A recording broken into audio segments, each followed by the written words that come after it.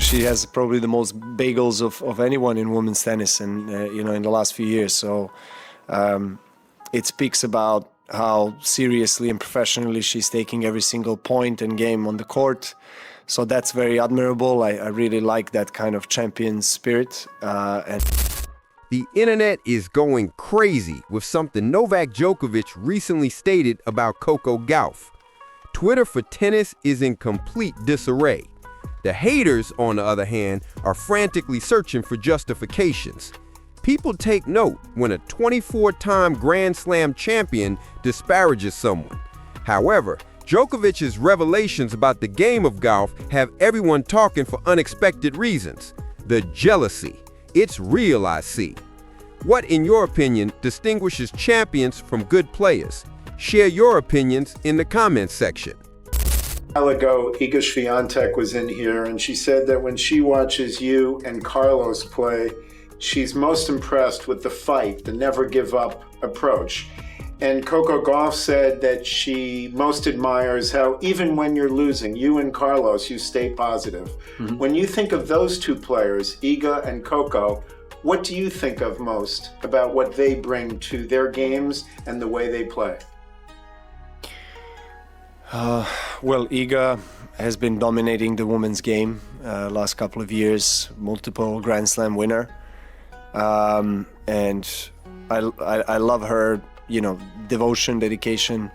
Also, she's got, maybe she's too humble to say, too modest to say, but she's got a great fighting spirit. Let's be clear about one thing. Novak Djokovic does not give out awards such as participation trophies. This man fought the greatest tennis ever produced for 20 years. Despite facing detractors who'd rather watch paint dry than give him credit, he continues to demonstrate that he is the most complete player the sport has ever seen. You can be sure that it means something when he takes the time to respectfully analyze another player's game. He completely dismantled Coco Gauff's strategy.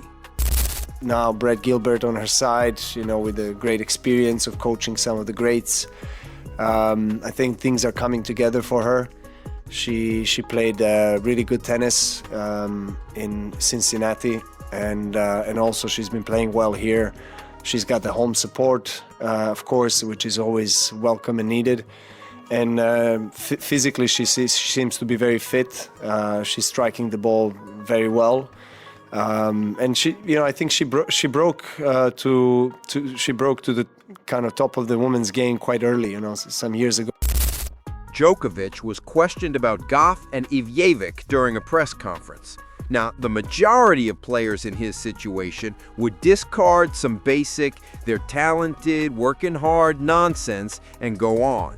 Not Djokovic. He went into full analyst mode, and what emerged was essentially a master lesson in comprehending the workings of champions. Gauff is getting very close to being a complete player and ready to dominate the game, from someone who knows a thing or two about domination. The man literally stated, "That goes beyond simple compliments. It's a prophecy." Fourth round of Wimbledon, so but it still takes some time, a few years, for things to come together where you feel that you are complete as a player, that you are ready to win slams and dominate the game. And I think she's coming very close to that stage and that level. So I'm sure that she has very high hopes for US Open, and she should, because she's playing really well. This is where things start to get interesting, though. You could almost hear keyboard warriors everywhere feverishly scribbling their hot takes as soon as these remarks appeared on social media. Naturally, the Djokovic haters were the first to arrive. His words suddenly become irrelevant because, wait for it, he is Novak Djokovic. It seems that even praises to other players become problematic when you're that successful. The mental gymnastics were astounding on an Olympic scale. Then there were the Gauff naysayers, a unique kind of tennis fan who had been waiting for her to fail since she was a teenager. They typed angrily, "She hasn't won a slam yet," as though Djokovic hadn't actually addressed that particular topic. The man claimed that she is still growing, that things are starting to work out for her, and that she has played excellent tennis in Cincinnati. However, as a random Twitter user with a fictitious name and an anime profile photo, you are undoubtedly more knowledgeable about tennis potential than the guy with 24 majors. The bit that is truly crazy, Djokovic wasn't even causing controversy. He was telling the truth. Gauff is healthy. She's making good ball strikes. Brad Gilbert is now coaching her, and she has the support of the home audience at the US Open. These are not opinions, these are facts. However, facts have a peculiar way of upsetting haters, particularly when those facts are directed at someone they have already chosen to oppose. Since it seems that not everyone is good at reading comprehension, let's discuss what Djokovic actually meant. He said that Gauff rose to the top of the women's tennis rankings at Wimbledon around the age of 16 or 17. He pointed out that it takes a few years for everything to come together before you feel whole enough to dominate and win slams. It's also true. He mentioned that she plays exceptionally well and is physically fit. Once more, it is objectively true. In essence, the man was outlining the precise course of the majority of tennis greats. Few players waltz into the tour and begin gathering majors like it's Pokemon cards right away. There were stages of development for even the greatest legends in history. But everyone becomes an expert on why Gauff will never succeed when Djokovic portrays her journey as typical and hopeful. This is what really irritated folks. Djokovic likened the natural evolution that champions go through to the patience required in Gauff's development. He wasn't putting undue pressure on her or hurrying her time frame. In essence, he was suggesting that she is where she should be and that the best is on the way. You can only get that kind of point of view from someone who has personally experienced hardship and understands that greatness cannot be microwaved. The irony is delightful. Djokovic, who battled through injuries, media bias, and everything else, was told over the years that he would never overtake Federer and Nadal and was frequently written off like a bad check. People are furious because this same Djokovic is now claiming that Gauff's method is legitimate. It is astounding how little self-awareness there is. Let's deal with the elephant in the room now. She was also lauded by Iga Swiatek. Djokovic described her as a warrior with a champion mentality and noted that she is too modest about her fighting abilities. He talked about her power and the notorious bagels she gives out, which for the tennis challenged means winning sets 6-0. As he should, the man gave Swiatek a lot of praise. She has been dominating the women's tour, but for some reason, some parts of the internet attempted to set his disparaging remarks against his remarks, as if he was ranking them or stirring up controversy. He merely responded to a query concerning both players. Both received sincere, in-depth praise. However, since people in this day and age require conflict just as much as plants require sunlight, they will create it on their own. Yes, he responded, it's dominant, but Gauff is still evolving. Gauff is being shaded by him. Or the opposite. Gauff is going to make a breakthrough, he declared. He's demeaning the reign that is now in place. Comprehension is no longer present in the conversation. Djokovic's reputation for spotting talent lends even more credence to his evaluation. This isn't a retired athlete frantically trying to stay current with trendy takes. This icon is still competing against the greatest, has an intense interest in the game, and is aware of the mental and physical demands of championship tennis. It's not just empty cheerleading when he says Gauff should have high aspirations for the US Open because she's playing so well. That is an assessment from someone well aware of the requirements. Let's also discuss Brad Gilbert's inclusion to the Gauff team. Djokovic particularly highlighted that Gilbert helped Andy Murray and Andre Agassi achieve significant success. He is renowned for his mental game tutoring and tactical aptitude. Djokovic is paying attention to more than just shot making, as seen by his recognition of that relationship as a positive indicator. He's examining the whole picture: mindset, experience, form, fitness, and coaching. You know, the things that real tennis gurus take into account. While all this is going on, the detractors are examining GIF replies and obsessing over Instagram likes. But this is at the point at which jealousy truly sets in. Gauff is 20 years old. She has talent and time and is currently a co-sign of one of the greatest athletes of all time.